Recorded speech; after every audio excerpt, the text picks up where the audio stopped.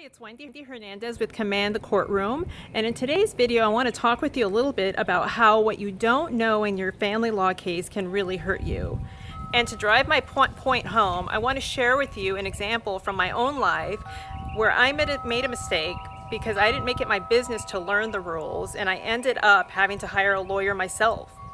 So early on in private practice, I had an employee who some people would say was a trouble employee. And one day in like October or November, she fell in the kitchen at my office that I shared with a whole bunch of lawyers. And she slipped on some water and fell and apparently hurt herself. About that time, some of the other lawyers in my law office found out that this particular employee had been hacking into their computer system and kind of causing some problems, wreaking havoc in the computer system. So they came to me and they said, you know, she's not allowed back in this office anymore. She's causing problems. So I'm sorry, she can't come back, even if she is your employee. So do what you have to, but she can't come into the office anymore. So essentially what that meant was if my employee couldn't come to my work, she couldn't work for me. There was no way I could run a law practice without having an employee who was actually in the office with me. So I had to let her go. Well, I guess whatever injury she had gotten from falling in the kitchen got worse. She went to a doctor, and then the doctor told her to find out from me what my workers' compensation insurance would cover. And I was like, oh my God, workers' compensation insurance?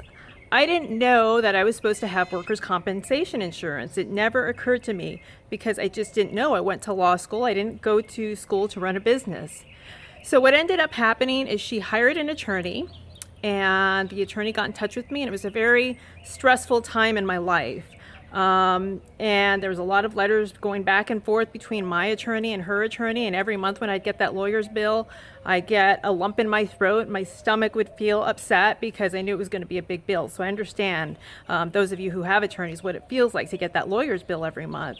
But in any event, we ended up settling the case out of court, thank goodness. The timing was right because right around Christmas time, she needed money. And so I gave her some money and she took the offer and the case went away. But it caused a lot of pain in my life, a lot of sleepless nights. I cried. It was stressful. I hated it. And the point is I just didn't know. I didn't know what I didn't know. And it's the same thing for you in your family case. Chances are you haven't gone to law school. So you're not going to know what the rules are in your case unless you make it your business to find out what they are. And if your family's future is on the line, or your time with your children in the future is on the line, it really is important to figure it out. So you can figure it out one of two ways. Either you can go out and hire a lawyer, and the lawyer is trained to know the rules. And if the lawyer doesn't follow the rules, then there's repercussions for that lawyer. But a family law lawyer's business is to know the rules. So you could go that route and hire a lawyer, obviously. If you can't hire a lawyer because it's too expensive, or you don't want to hire a lawyer, then you're going to have to go out and sit down and hit the books. You're going to have to go to your law library and find out what the rules are in your jurisdiction. So I recommend, if you're representing yourself, then you head out to the law library and find out what the local rules are. Start looking at the rules of procedure for your state.